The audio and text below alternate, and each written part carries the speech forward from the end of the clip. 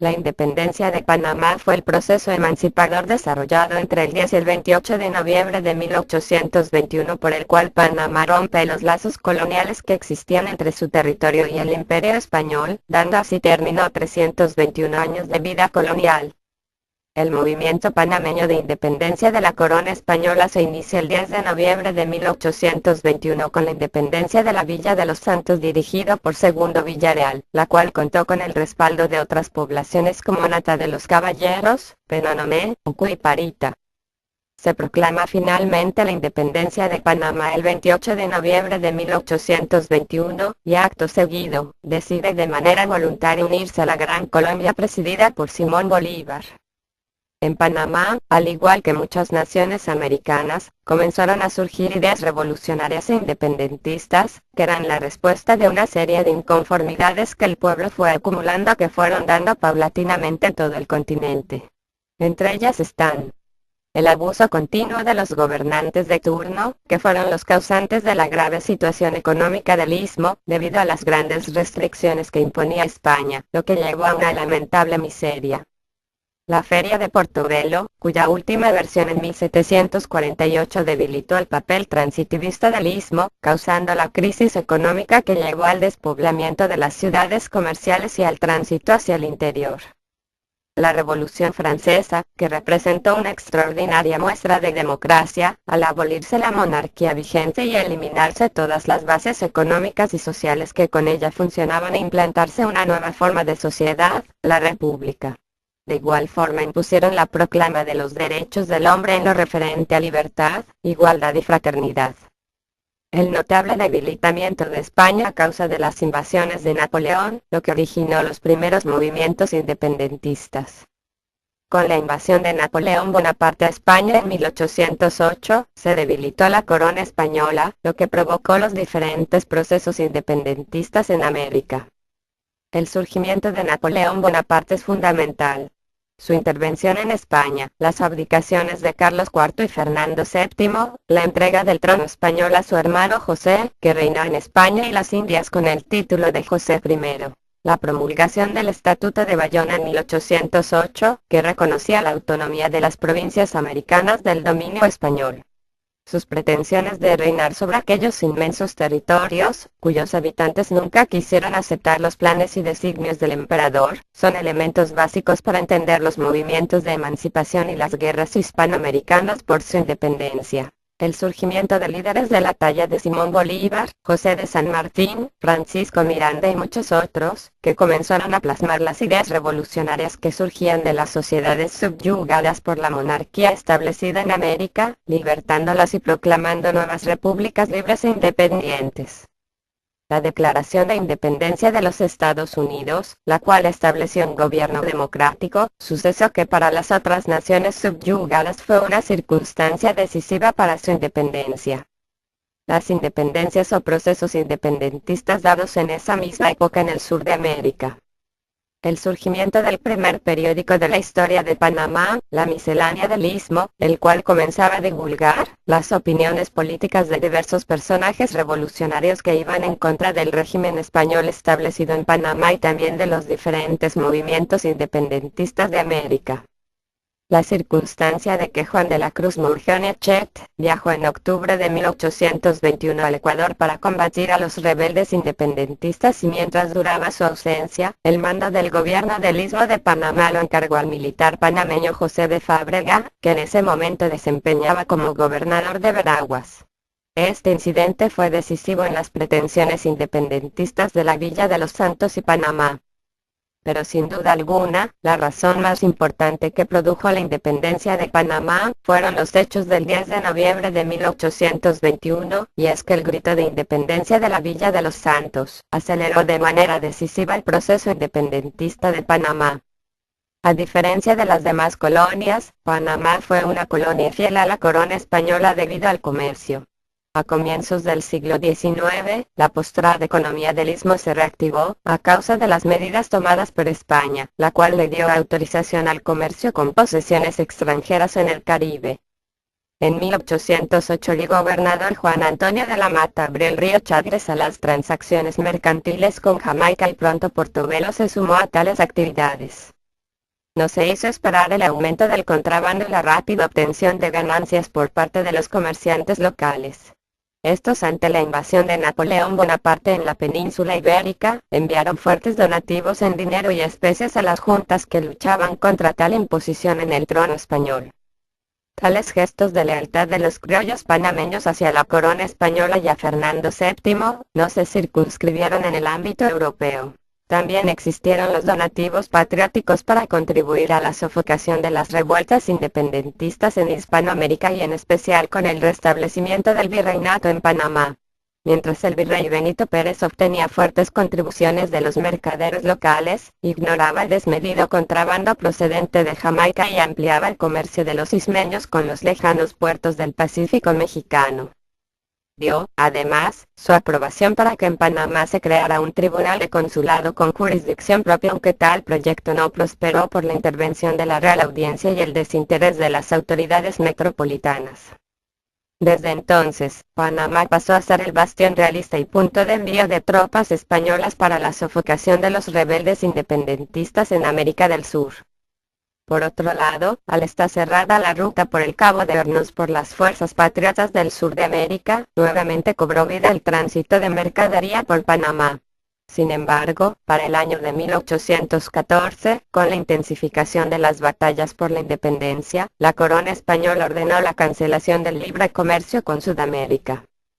Este acto provocó un descontento masivo en los mercaderes y en la población en general. Fue así que comienza a germinar un sentimiento de nacionalismo y autodeterminación. Nacen los ismeños los deseos de independencia. Aunado a esto, la población no soportaba más la carga de tributos de guerra, el reclutamiento forzoso para la guerra, las persecuciones políticas y la paralización de las operaciones mercantiles, particularmente por el cierre del puerto en el río Chagres. Carta de Jamaica de Simón Bolívar, 6 de septiembre de 1815. Gregor MacGregor atacó Portobelo para posteriormente dirigirse a Panamá y liberar al istmo del dominio español entre 1814 y 1819. Dos expediciones foráneas fracasaron en su intento de independizar a Panamá del Imperio español. En la primera fecha, el comandante francés Benito Chasserieux, Benot Chasseriau, atacó sin éxito a Portobelo y, a principios de 1819, el general Gregor MacGregor recibió instrucciones para conducir sobre Portobelo la expedición que, bajo la vigilancia de la Agencia Londres de las Provincias Unidas de la Nueva Granada, se formaba con el concurso pecuniario de varios comerciantes ingleses. La expedición constante de 417 hombres salió de Inglaterra en diciembre de 1818 en dos fragatas y un bergantín armados en guerra.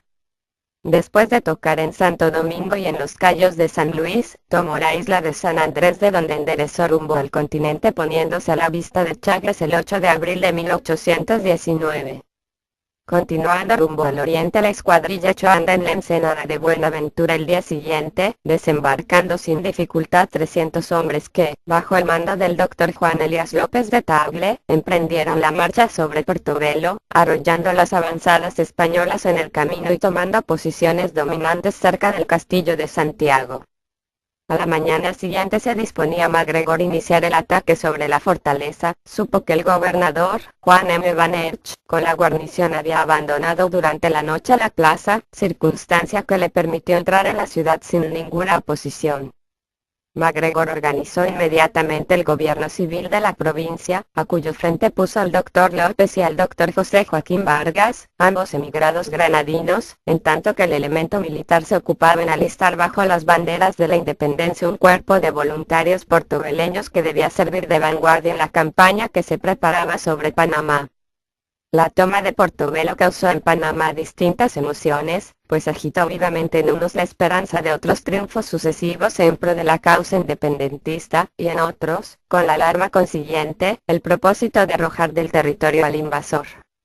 El gobernador de Panamá, Alejandro Ora, reunió a toda prisa y por todos los medios una fuerza respetable, de la cual hacía parte el veterano batallón Cataluña mandado por el coronel Isidro de Diego. Con esa fuerza emprendió por caminos extraviados la marcha y, luego de reforzar la guarnición del castillo de San Lorenzo, llegó con 500 hombres a las cercanías de Portobelo el 28 de abril.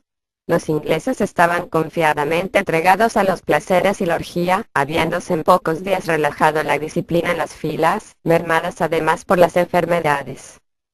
Ore resolvió atacar el 30, a cuyo efecto dividió el ejército en dos columnas mandadas respectivamente por el coronel de Diego y por el teniente coronel José Santa Cruz. La plaza fue sorprendida en la madrugada del citado día, pudiendo Santa Cruz adueñarse sin mayores esfuerzos del edificio de la aduana, donde cayeron prisioneros y fueron degollados sin misericordia con otros varios oficiales, los doctores López y Vargas. MacGregor logró, junto con algunos compañeros, lanzarse al agua y ganar a nado los buques, salvándose así de una segura e ignominiosa muerte. Entretanto, de Diego atacaba con su columna el fuerte de San Jerónimo, donde el coronel Bastero puso la más obstinada resistencia. Diezmados sin embargo los defensores después de largo combatir por los certeros disparos de los atacantes, aceptaron las propuestas de una capitulación en los momentos casi en que MacGregor los instaba a sostenerse, pues se preparaba a ayudarlos con los fuegos de artillería de la escuadra. En la confianza de que se les permitiría reembarcarse, se presentaron en la Plaza Mayor 340 ingleses que depusieron las armas ante los vencedores. Ore, violando la promesa hecha, ordenó maniatar a los rendidos, conducirlos a las prisiones. Más tarde fueron destinados al servicio de las obras públicas en Panamá, Portobelo y el Darién. Ore regresó con el ejército vencedor a la capital, donde se le hizo un aparatoso recibimiento. El capitán Juan Illingworth Hunt, al servicio del gobierno chileno como corsario, atacó la isla de Tagoga y bloqueó el puerto de Panamá. También colaboró con el coronel Cancino para el proyecto de invasión que quería realizar sobre el istmo. La toma de Portobelo en manos de los rebeldes no duró mucho tiempo. Aprovechándose de la excesiva confianza de los invasores, el gobernador de Panamá, Alejandro Ore, reconquistó Portobelo. Cabe señalar que el verdadero objetivo de MacGregor era la construcción de un canal interoceánico en el istmo con capital británico 2. En el mismo año de la fracasada expedición de MacGregor, pero el 17 de septiembre, el capitán inglés Juan Illingworth Hunt, que mandaba la corbeta corsaria chilena Rosa de los Andes, atacó a la guarnición que defendía la isla de Tagoga, ubicada dentro del Golfo de Panamá en el Pacífico, y se hizo con el poblado de toda la isla. En los días siguientes procedió a bloquear la entrada del puerto de Panamá, haciendo algunas presas, y negoció con el gobernador Ore el canje de los prisioneros de Tagoga por los sobrevivientes ingleses de la expedición de MacGregor. Ore se negó a realizar el canje, por lo que Illingworth se retiró de las costas panameñas en los últimos días de septiembre para proseguir su crucero, pero no sin antes haber echado a pique todas las embarcaciones de la isla para evitar el escape de sus habitantes y destruir el poblado como represalia a una celada que perpetraron algunos de sus pobladores a unos tripulantes del corsario en los días que fue ocupada la isla. Si bien el ataque y la hostilidad del corsario chileno no fueron un intento formal por obtener la independencia del istmo, sus acciones provocaron que se detuviera bruscamente el tráfico comercial que había estado floreciendo durante la última década en las costas panameñas del Pacífico por la inseguridad en el mar, lo que a su vez generó que se recrudeciera el clima social y político en Panamá. A finales de 1819 y comienzos de 1820 el gobernador de la provincia del Chocó, coronel José María Cancino, había ideado por órdenes de Bolívar un ambicioso proyecto para invadir el istmo y acabar con la dominación realista del lugar. El plan de Cancino consistía en atacar el istmo por tres frentes al mismo tiempo. Por el Pacífico debía hacerlo Illingworth, con quien hace poco había establecido comunicaciones; por el Caribe el corsario francés Louis Michel Auria, quien contactó desde su base en la isla de Providencia; y finalmente por la región del Darién, las fuerzas gran colombianas con el apoyo de los indígenas cunas que eran favorables a la causa patriota. Pese a que el plan era viable, los trastornos durante el desarrollo de la guerra en Colombia hicieron que nunca se ejecutara la invasión 3. El libertador Simón Bolívar tenía planes concretos para independizar a Panamá de España. La independencia de Panamá fue un movimiento en cierto modo diferente a las grandes campañas de Simón Bolívar en el sur. Sin embargo, Bolívar influyó de manera decisiva en la independencia del istmo, por sus ideales y liderazgo en pro de la liberación de las naciones americanas. Panamá fue una de las últimas naciones de América en independizarse de España, y la razón era, que en vista de las diferentes guerras de independencia, en el sur de América principalmente, el Istmo de Panamá se convirtió en el núcleo central de las campañas en contra de los rebeldes americanos. Después de la batalla de Carabobo, 24 de junio de 1821, pensó Bolívar hacer la campaña emancipadora de Panamá, con parte del ejército que había conquistado nuevas glorias en esa inmortal jornada. El general Rafael Urdaneta fue designado para conducir la expedición que se mandó preparar al efecto en Santa Marta. Mas por impedimento físico de aquel jefe, se nombró como sustituto al coronel Bartolomé Salom.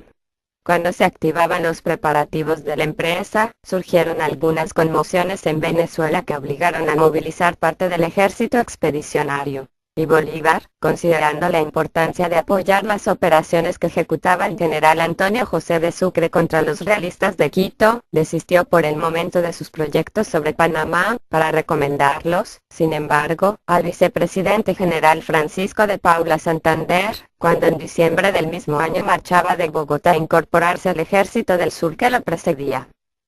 Preocupada la corona española, cada día más, del progreso de la lucha por la emancipación en América, dispuso mejorar la condición defensiva del Istmo, aumentando su guarnición y confiando el mando del país al brigadier Tomás de Cires. Asimismo confió al mariscal de campo Juan de la Cruz Murgeón Echete el gobierno de Quito y de Nueva Granada, con el título de capitán general y el derecho de tomar el de virrey, cuando reconquistase para la corona las 2/3 partes del territorio de aquellas provincias.